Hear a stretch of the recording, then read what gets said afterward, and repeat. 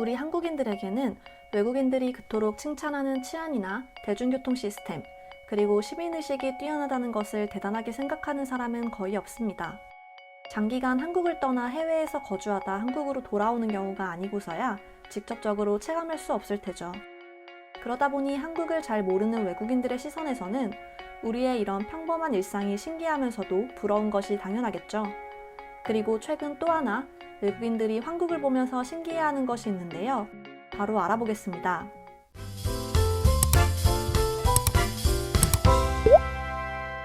최근 방송을 통해서도 공개됐듯이 한국인들에게 중고거래는 하나의 일상문화가 되어버렸습니다. 시대가 변하면서 우리의 일상이 변하듯 아주 자연스러워지게 됐죠. 특히 최근에는 지난해부터 이어지고 있는 코로나 바이러스를 통해서 많은 사람들이 밖을 나서지 않고 집안에서만 머물게 되는 시간이 길어지면서 자연스럽게 집안에 있는 여러 가지 제품들에 대해 관심을 가지게 됐는데요.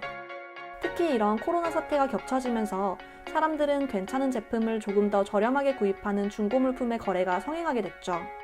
심지어 최근 방송에서도 공개됐듯 이제는 중고 물품만을 판매하는 것이 아닌 서로와 서로에게 도움이 되는 시간과 장소를 공유하기도 하며 하나의 커뮤니티로서 이용되기도 할 정도죠. 심지어 이제는 이 역시도 우리에게는 하루 일과처럼 느껴질 정도로 당연하지만 외국인들의 시선에서는 서로 일면식도 없는 사람과 직접 만나 물건을 거래하고 혹은 같이 대화하는 모습은 놀랍기도 하지만 쉬이 상상할 수 없는 일이라고 하는데요. 그리고 최근에는 해외 커뮤니티에 한국에서 중고거래를 해봤어? 라는 제목으로 글이 하나 올라왔는데요. 많은 해외 네티즌들의 반응을 불러일으켰습니다. 난 현재 한국에 거주하고 있는데 이곳에서 최근 신비로운 열풍이 불고 있다. 바로 중고거래다. 내가 살던 미국에서는 한 번도 경험하지 못했었어.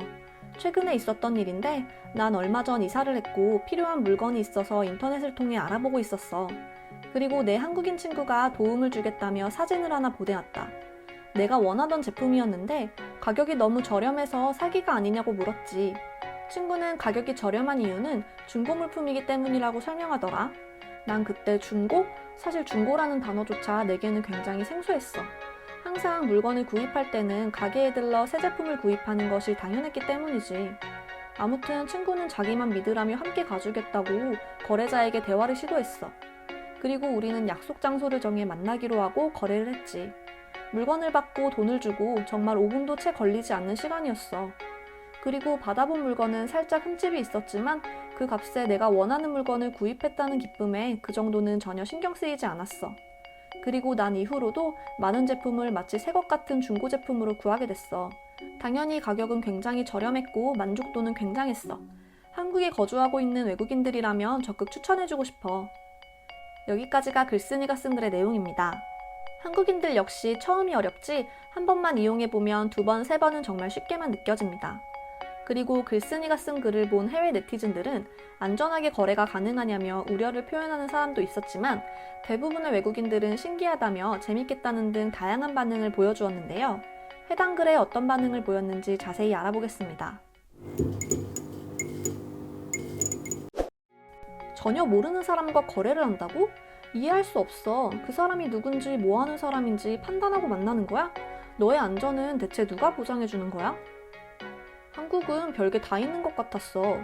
땡땡마켓이라고 하는 앱이 있는데 이것을 통해서 사람들과 거래도 하고 대화도 나누고 아주 유용한 앱이라고 생각해. 한국은 아주 오래전부터 중고거래가 활성화돼 있었어. 그리고 이 모든 것을 가능하게 해주는 것은 한국의 치안 수준과 뛰어난 시민의식 때문이지. 결국은 한국이니까 가능한 거야. 중고나라라고 하는 대형 카페도 있었어. 그리고 그것이 한국인들의 중고거래의 시초라고 하던데 요즘도 이용하는지는 모르겠어. 이 모든 것을 가능하게 해주는 것이 다름 아닌 한국의 치안이라고 생각한다. 그런 것들이 뒷받침해주지 않는다면 절대 불가능할 거야.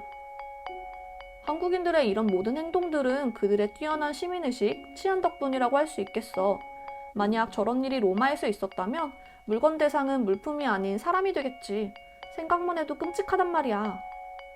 난 글쓴이처럼 현재 한국에서 거주하고 있는데 한국은 상당히 재밌는 곳이었어.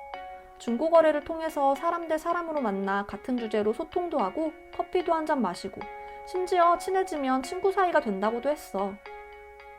한국은 정말 앱 개발이 잘 되고 있는 것 같아. 쓸모없는 앱이 아닌 정말 실생활에서 자유롭게 사용할 수 있는 배달 앱과 이런 중고거래 앱 같은 건 정말 마음에 드는 것 같아. 한국을 방문하면 꼭 한번 해봐야겠어. 그래서 앱 이름이 뭐라고? 중고 제품을 굳이 사야 하는 이유를 모르겠다. 남이 사용하던 제품을 받아서 사용하면 조금 찝찝할 것 같아.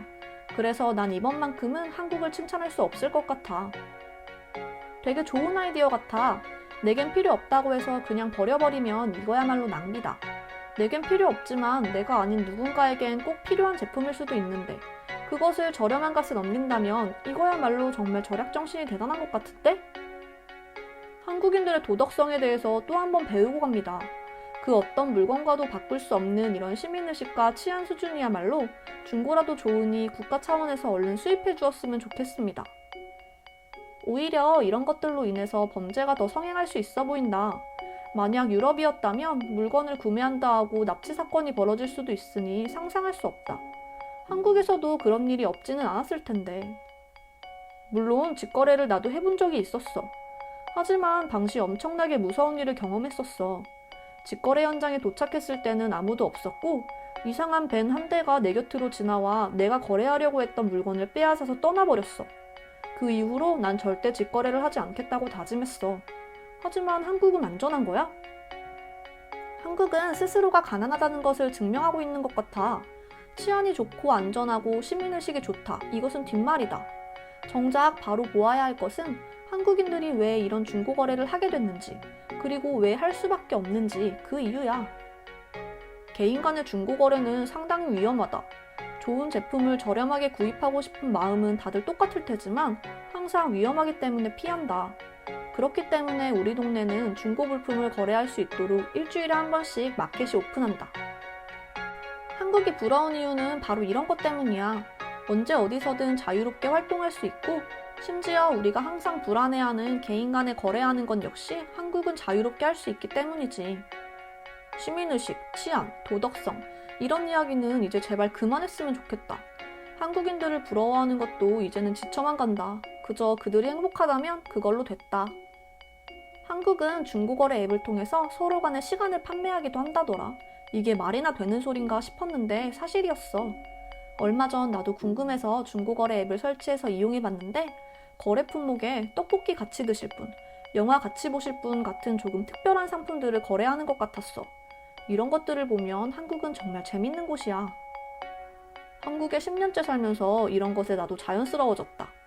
나 역시 그동안 이게 당연하다고 생각했었기 때문에 놀란 적이 없었는데 이 글을 읽고 괜히 뿌듯해졌어. 이제 나도 한국인인가 봐. 이 글을 한국인이 본다면 어떤 반응을 보일지 정말 궁금하다. 그들은 또 얘기하겠지. 중고거래하는데 치안이 왜? 안전이 뭐? 하면서 말이야. 하지만 우리가 봤을 때 신비로운 건 어쩔 수 없어. 이렇게 오늘 한국인들의 중고거래 문화를 본 외국인들의 반응 살펴보았습니다. 이상으로 영상은 마칠 텐데요.